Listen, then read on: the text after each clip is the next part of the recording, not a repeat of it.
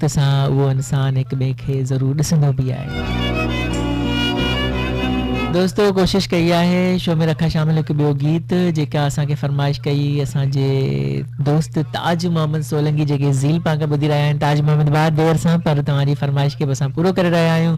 परचन शाल पवार ढोलिया मारो मूंसां पर न साईं परचण सां ई नथा परचन रातो का रुठल माण्हू छो त परचन शाल मूंखे तमामु ई घणो यादि आहे पर हीउ गानो बि ईअं ई आहे। अच्छा अनवर हुसैन विस्त्री जो आवाज़ु आहे परचाइण सां नथा परचन रातो का रुठल माण्हू। जीअं थर घुरे बरसात तन में न्याज़ पिता पीअ खे तुंहिंजी आहे तात रह जो की रात सूर विरहायूं सुपरी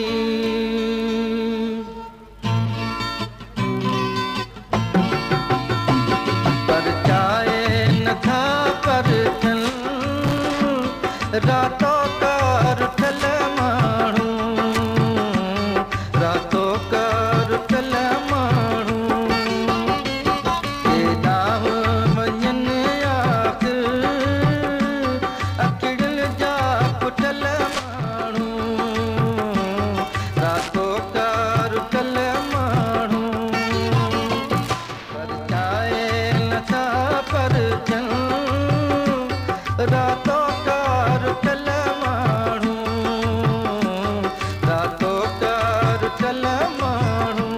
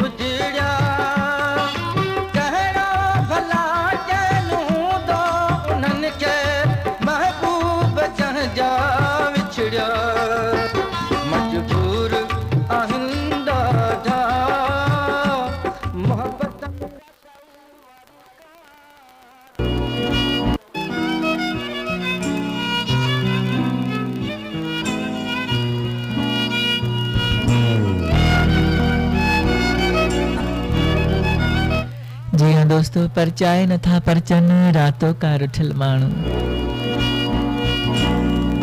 जेकॾहिं परचाईंदो त परचे वेंदा जेकॾहिं न परचाईंदो त कोन परचंदा पर ईअं थींदो आहे कॾहिं कॾहिं नाराज़गी एतिरी वधी वेंदी आहे परचाइण सां बि चवंदा आहियूं त ॻाल्हि मथे चढ़ी वेंदी आहे बहरहाल पोइ बि परचाइणु घुरिजे जेकॾहिं तव्हां कोशिशि कंदो को तव्हां खां नाराज़ आहे अक्सर थींदो आहे कॾहिं कॾहिं असां परचाईंदा आहियूं कॾहिं कॾहिं असां बि रुसी ईंदा आहियूं जेकॾहिं असां कोशिशि इहा हूंदी आहे त को असांखे परचाइण वारो हुजे